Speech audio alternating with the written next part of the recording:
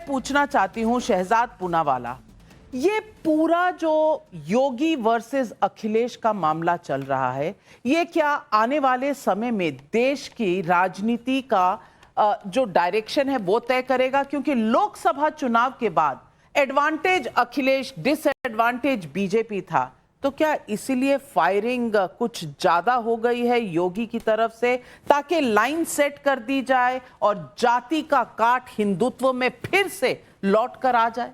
देखिए नाविका जी, राष्ट्रवाद बनाम जातिवाद ये हमेशा से देश की दिशा और दशा को तय करते आ रहा है। और इसीलिए अगर आप कहती हैं कि योगी बनाम अखिलेश यादव जी ये दशा और दिशा तय करेंगे, हाँ, तो राष्ट्रवाद एक तरफ और जो जातिवादी आधार पर बांटना चाहते हैं वो दूसरी तरफ। मैं पूछना चाहता हूं, आज देखिए आपके ऑडियंस में 11 महिलाएं बैठी हैं, मर्दों से ज्यादा महिलाएं हैं। अगर ये सच में निषाद समाज, दलित समाज, पिछड़े समाज के हितैषी है, तो मोईद खान नाम के एक व्यक्ति ने एक 12 साल की निषाद बच्ची का रेप कर दिया, तो इन्होंने क्या कहा, बच्ची का डीएनए टेस्ट कराओ। और जब मोईद खान के घर पर बुलडोजर चला तो ये छाती, कुर्ते, धोती सब फाड़ने लग गए। तो बताइए कि ये असलियत में अगर पिछड़े समाज के साथ है। दूसरी बात, नेशनल कॉन्फ्रेंस ने कहा है जो आरक्षण जम्मू कश्मीर में दलित समाज को मिलता है, 370 हटने के बाद लाल चौक तक तिरंगा भी लहराता है, पर वहां पर आरक्षण पहली बार मिलने लगा, तो 370 हम बहाल करेंगे, ये इनके साथी ने कहा है। अब इनसे स्पेसिफिकली पूछे क्या वो चाहते हैं कि वहां पे आरक्षण खत्म हो जाए।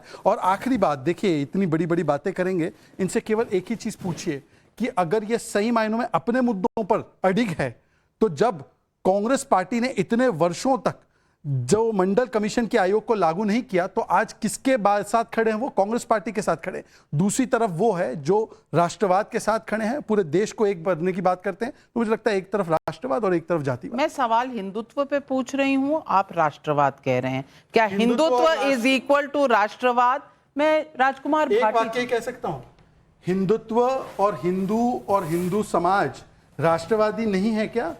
ये हिंदू है इसीलिए इस देश में राष्ट्रवाद है, ये हिंदू है इसीलिए इस देश में लोकतंत्र है, और ये हिंदू है इसीलिए देश सेक्युलर है। अगर मैं झूठ बोल, देखिए अब देखिए विवेक जी तुरंत इस पे अपोज करना शुरू कर दिया। एक धर्म देखिए तुरंत शुरू कर दिया अपोज करना। सारे धर्म एक समान है, सभी धर्मों। हिंदू का मतलब क्या है? हिंदू का मतलब है जो भी इस देश में रहता है वो हिंदू है। जीवन शैली का नाम है सुप्रीम कोर्ट ने बोला है, पर देखिए ये हिंदू को गाली देना शुरू कर दिया। इनकी परिभाषा रोज बदल जाती है। ये बेसिकली कम्युनल हार्मोनी को डिस्टर्ब करना चाहते हैं। मेरी अपील है, सारी जातियों ने, सारे धर्मों ने कंट्रीब्यूट किया है और सभी राष्ट्रवादी हैं। इस देश का नाम हिंदुस्तान है ना? सारे जहां से अच्छा हिंदुस्तान, तो हिंदू ही है। बहुत अच्छी बात है, हिंदुस्तान है, हिंदुओं का स्थान है। देखिए मतलब हिंदू को किस प्रकार से करना है, चल यही की मंशा है, और इसलिए जिन्ना वाली आत्मा है इनमें। चलिए अब मैं राजकुमार भाटी जी आपसे पूछूंगी, ये जिन्ना की बात कहां से आई? जिन्ना मतलब विभाजनकारी। क्या जातियों की बात करना विभाजनकारी रणनीति है, राजनीति है, और क्या इससे देश का भला होगा? क्योंकि अगर आपको जातियों का और जातियों को सशक्त करने का इतना बड़ा प्लान था, तो जिन राज्यों में जाति जनगणना हो चुकी है वहां तो आपने उजागर किया नहीं।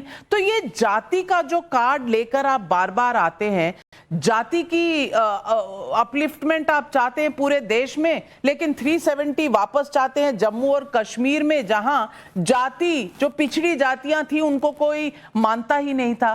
तो मुझे यह बता दीजिए कि पैन इंडिया पूरे देश के हिसाब से जाति जनगणना सिर्फ एक राजनीतिक कार्ड है जिसे आप खेलना चाहते हैं वोटों के लिए?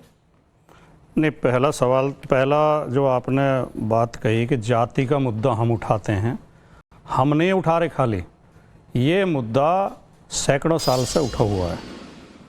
जो कुछ जातियों के साथ ये हर जो सजग व्यक्ति होगा, जो जागरूक व्यक्ति होगा, जो बुद्धिजीवी होगा, जिसे जानकारी होगी, वो सब मानेंगे कि हमारी दुर्भाग्य से हमारी सामाजिक व्यवस्था में कुछ लोगों के साथ बहुत अन्याय हुआ है।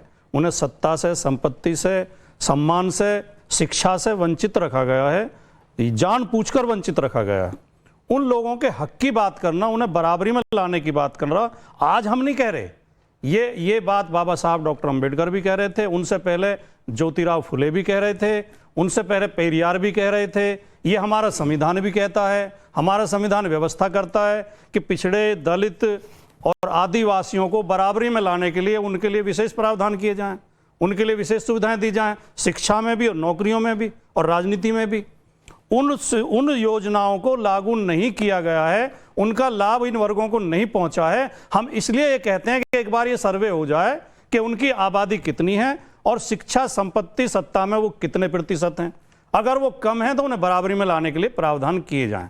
दूसरी बात, अगर भारतीय जनता पार्टी जातिवाद की विरोधी है तो भारतीय जनता पार्टी आज कानून लेके आए कि इस देश में किसी को भी जाति बताने पे और जाति पूछने पे दंडित किया जाएगा। जाति व्यवस्था को खत्म कर दें आप। जब बच्चे को एडमिशन दिलाने जाते हैं नर्सरी में, सबसे पहले कॉलम में लिखा जाता है धर्म, फिर जाति।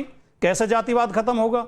तीसरी बात जो इन्होंने कहा कि तो फिर राहुल गांधी की जाति जब पार्लियामेंट में पूछी गई थी तो अखिलेश यादव एकदम उचक कर खड़े क्यों हो गए थे? वहां जाति पूछना गाली है, बाहर जाति पूछना सही है।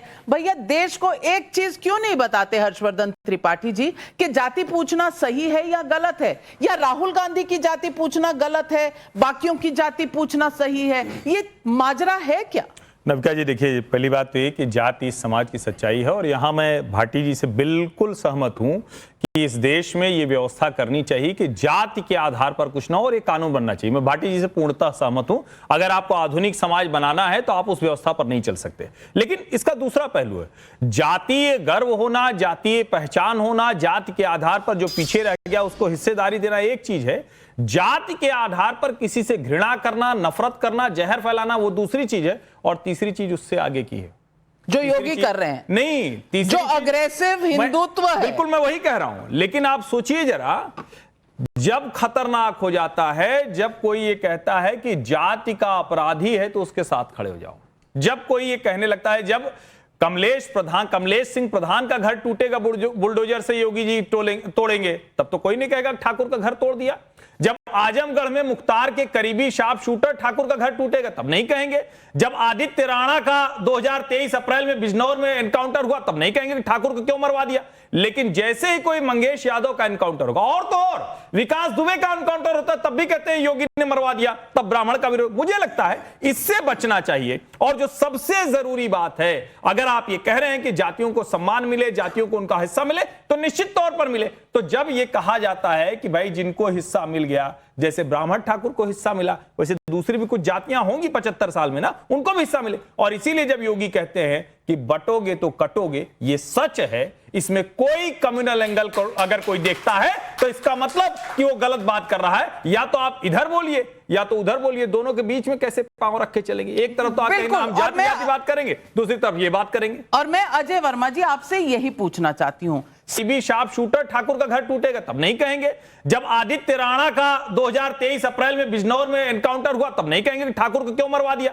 लेकिन जैसे ही कोई मंगेश यादव का एनकाउंटर होगा, और तो और विकास दुबे का एनकाउंटर होता है तब भी कहते हैं योगी ने मरवा दिया, तब ब्राह्मण का विरोध। मुझे लगता है इससे बचना चाहिए। और जो सबसे जरूरी बात है, अगर आप ये कह रहे हैं कि जातियों को सम्मान मिले, जातियों को उनका हिस्सा मिले, तो निश्चित तौर पर मिले। तो जब ये कहा जाता है कि भाई जिनको हिस्सा मिल गया, जैसे ब्राह्मण ठाकुर को हिस्सा मिला,